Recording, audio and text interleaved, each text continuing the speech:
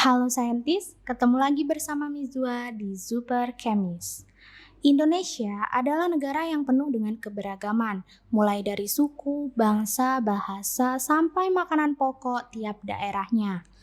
Masyarakat di beberapa daerah mengonsumsi sagu sebagai makanan pokoknya, beberapa lagi ubi, dan sebagian besar lainnya nasi. Dilansir dari pertanian.go.id, konsumsi beras selama periode 2020 diperkirakan mencapai 22,28 juta ton. Dilihat dari data tersebut, tak heran jika di Indonesia muncul ungkapan yang sangat populer, yaitu belum kenyang kalau belum makan nasi. Nah, besarnya tingkat kegemaran masyarakat terhadap nasi menyebabkan munculnya berbagai jenis beras yang memiliki berbagai keunikan tersendiri, mulai dari aroma, warna, rasa, ukuran bulir-bulir, sampai daya simpannya. Namun, hal ini seringkali justru menimbulkan kekhawatiran tentang penggunaan bahan pengawet pada beras yang beredar di pasaran. Akibatnya, orang-orang mulai sibuk mencari cara untuk memastikan beras yang mereka konsumsi tidak mengandung bahan pengawet berbahaya. Salah satu tips yang beredar hingga menjadi pesan berantai di sosial media yaitu mengecek kandungan pengawet pada beras dengan cara meneteskan betadin pada beras tersebut. Berikut capture dari pesan yang beredar.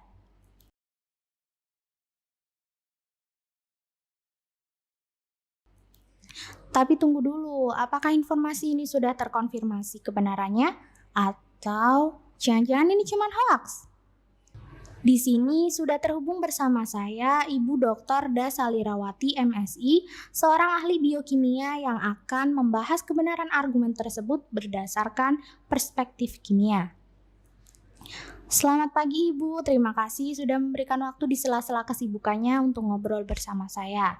Tapi sebelum kita ngobrol lebih jauh, mari kita lihat tanggapan dari peserta didik, guru, dan masyarakat.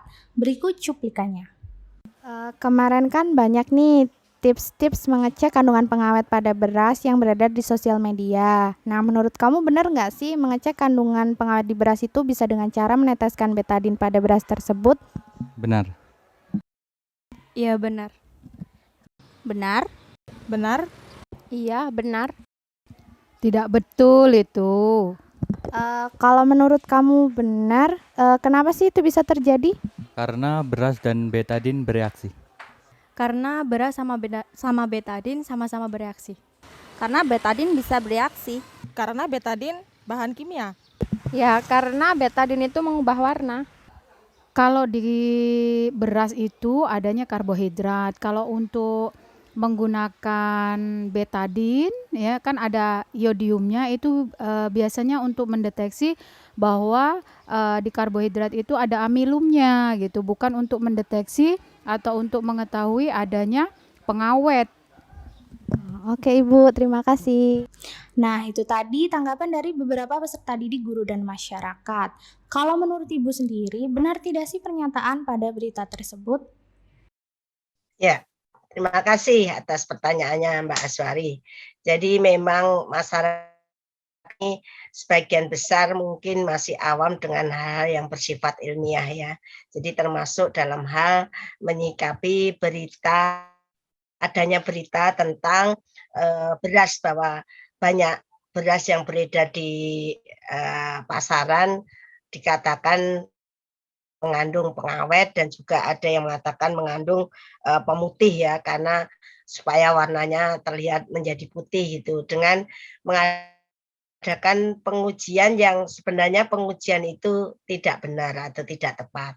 Tapi masyarakat kita selalu memakan mentah-mentah berita atau informasi, terlebih masyarakat awam yang memang tidak memiliki latar belakang keilmuan yang berkaitan dengan berita tersebut. Gitu. Nah, kalau menurut Ibu tidak benar, di mana sih letak ketidakbenarannya? Ya, terima kasih Mbak pertanyaannya. Jadi memang masyarakat kita harus dipintarkan dengan cara seperti ini ya. Jadi saya menanggapi positif dengan Mbak, karena sudah memiliki keinginan untuk memberi penjelasan pada masyarakat acara seperti ini. Jadi beras itu kan makanan pokok kita ya, makanan pokok kita yang sebagian besar mengandung karbohidrat. Gitu. Orang awam ya pokoknya kalau ditanya contoh karbohidrat nasi gitu atau beras. Padahal sebenarnya di dalam beras itu juga tidak hanya karbohidrat, tapi ada protein, ada lemak, tapi dominasi atau persentase terbesarnya adalah karbohidrat. Nah, karbohidrat itu sendiri kan jenisnya macam-macam. Ada polisakarida, ada disakarida, ada monosakarida, dan kebetulan yang ada di dalam beras itu sebagian besar adalah amilem atau polisakarida. Jadi amilem itu kalau orang awam menyebutnya pati atau ada yang menyebut tepung kanji. Tepung kanji dengan tepung terigu tidak sama ya, jangan salah.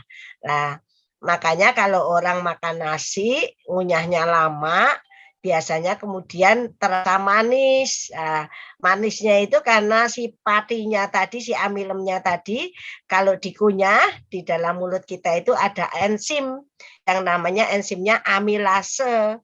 Berasal dari amilem plus ase. Ase itu sebutan untuk suatu enzim yang memecah amilem tadi, si pati tadi, menjadi mono. Mono itu satu, poli itu banyak, amilem tadi kan polisakarida, menjadi monosakarida. Mono itu berarti satu monosakaridanya adalah glukosa. Nah, glukosa itu kalau orang awam menyebutnya gula manis gitu lah. Oleh karena itu kalau ngunyah manis si beras itu gitulah. Disitulah ketika orang itu menyebarkan hoak bahwa itu kalau udah jadi nasi ditambah itu kalau diberitahu hoaknya kan jadi nasi terus tambah air sedikit ditetesi betadin lah. Kenapa pakai betadin orang itu yang menyebarkan hoak? Karena betadin itu mengandung 20% iodin. Nah, iodin itu kalau di dalam laboratorium alat uji untuk keberadaan atau untuk mengidentifikasi adanya amilem tadi. Jadi kalau di laboratorium, amilem atau pati tadi kalau ditetesi iodin, larutan iodin, atau kalau istilahnya lebih ilmiahnya lagi lugol, itu ternyata menjadi warna biru kehitaman. Nah, biru kehitaman itu penanda bahwa dia mengandung amilem tadi. Nah, ini dipakai si betadin ini. Betadin yang warnanya sudah kuning kemerahan ya, kecoklatan, itu mengandung iodin 20% kan. Katanya kalau nasi tambah air sedikit, tambah iodin, ditetesi betadin, itu menjadi warnanya hitam. Itu katanya kalau hitam itu mengandung pemutih. Warnanya biru itu mengandung pengawet gitu. Nah, ini salah ini, hoak ini harus diluruskan. Ya karena dia itu mengandung amilem yang menjadi warnanya hitam ke biru kehitaman. Nah, dan itu menunjukkan bahwa memang betul itu beras, betul itu nasi yang mengandung amilem tadi, Mbak. Nah, itu yang perlu diluruskan. Masyarakat saya himbau untuk kalau mendengar suatu berita yang mengagetkan seperti itu, jangan langsung ditelan mentah-mentah, tapi harus bertanya pada orang-orang yang ahli atau mencari informasi melalui internet. Misalnya dia nggak bisa buka internet, minta tolong anaknya, itu jauh lebih bijaksana gitu, Mbak. Nah, karbohidrat itu sendiri apa sih, Bu? Ya, karbohidrat itu sendiri adalah suatu senyawa yang mengandung karbon dan hidrat. Karbon itu kan C ya, kalau di kimia itu namanya C, yaitu salah satu unsur yang dibutuhkan oleh tubuh kita. Kemudian hidrat itu air, karbohidrat. Tapi sebenarnya hidrat atau air yang ada di dalam karbohidrat itu tidak seperti air yang kita minum itu tidak. Oleh karena itu nama karbohidrat itu sering diubah menjadi sakarida. Nah, maka disebut tidak monokarbohidrat tapi monosakarida, disakarida, polisakarida. Nah, itu memang salah satu zat gizi yang dibutuhkan oleh tubuh kita sebagai cadangan utama, sebagai sumber energi utama bagi tubuh kita. Kalau berlebihan kemudian disimpan sebagai cadangan di dalam tubuh kita, glikogen, di dalam hati dan otot gitu. Selama ini kan masyarakat taunya karbohidrat itu ubi, kentang, sagu, nasi, dan sebagainya. Sebenarnya ada berapa sih jenis karbohidrat itu?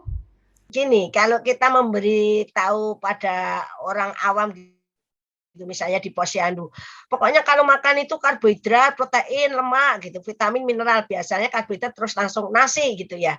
Jadi sebenarnya tidak hanya nasi saja karbohidrat itu, sumbernya bisa dari umbi-umbian seperti singkong, kemudian ketela, kemudian ubi jalar, kemudian jagung gitu ya. Itu juga sumber karbohidrat sebenarnya. Cuma kita menyebut karbohidrat itu nasi karena memang dia makanan pokok gitu ya.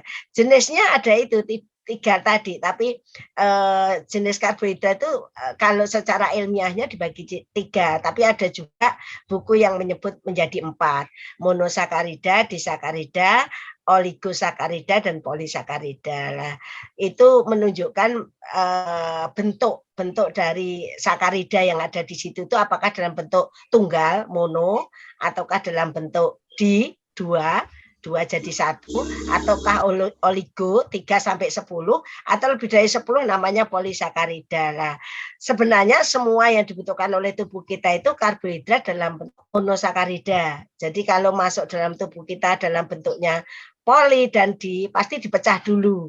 Terus pertanyaannya kalau orang awam, siapa yang manusia? Bukan. Yang memecah itu dalam tubuh kita itu ada enzim. Mulai dari mulut sudah dibantu tadi ada enzim amilase. Masuk ke lambung itu ada dibantu lagi enzim dan kelenjar prolaktin mengeluarkan asam lambung, kemudian bantu menghancurkan. Begitu sampai nanti dia berubah menjadi glukosa, baru glukosa itu menjadi bahan baku untuk diproses menjadi energi dalam tubuh kita, gitu Mbak. Lalu untuk ujinya apakah sama antara semua jenis karbohidrat? Oh, tidak sama, tidak sama. Jadi kalau yang di HOAK itu uji betadin sebenarnya bukan uji betadin ya, uji yodium, karena dia mengambil yodiumnya itu yang 20% tadi. Uji yodium itu khusus untuk uji amilem. Jadi kalau di laboratorium itu uji yodin itu khusus untuk mengecek adanya amilem. Jadi kalau dia ada amilem ditetesi yodium atau yodin tadi akan berubah menjadi biru kehitaman. Tapi kalau dia ditetes kok warnanya yodinnya itu tetap, yaitu warnanya itu kalau di laboratorium akan terlihat warnanya merah ya, merah kecoklatan, merah tua gitu ya, kecoklatan, maka dia tidak mengandung amilem. Tapi kalau dia tidak mengandung amilem bukan berarti tidak mengandung karbohidrat. Mungkin dia mengandung karbohidrat tapi bukan amilem. Jadi bisa glikogen, bisa selulosa, bisa sukrosa, bisa maltosa, bisa laktosa, bisa yang tadi ditanyakan kalau yang karbohidrat yang lain ujinya sama Bu, tidak. Masing-masing jenis karbohidrat tadi jenisnya beda-beda. Contohnya, misalnya saya punya sukrosa. Sukrosa itu gula pasir, di mana dia mengandung glukosa dan fruktosa.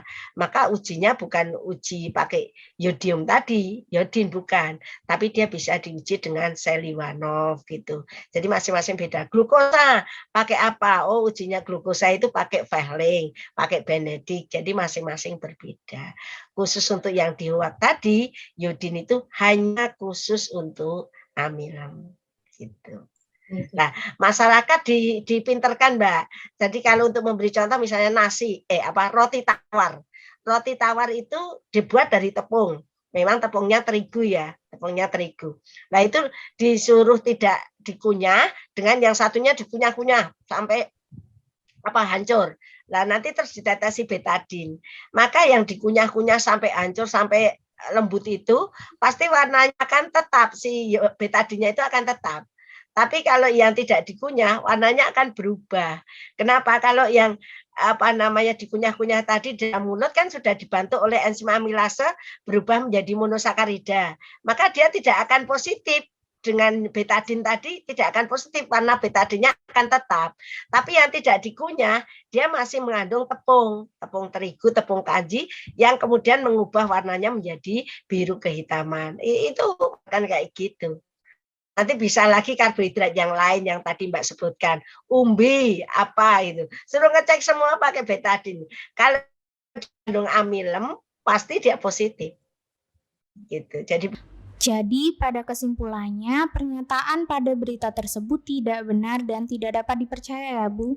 Iya, betul-betul dia hoak dan saya menghimbau masyarakat untuk cerdas dan bijaksana ketika menerima informasi yang tidak benar. Jangan langsung ditelan mentah-mentah, tapi cari informasi yang benar melalui internet atau bertanya pada orang yang ahli. Gitu. Oke Ibu, terima kasih informasinya, sangat bermanfaat sekali.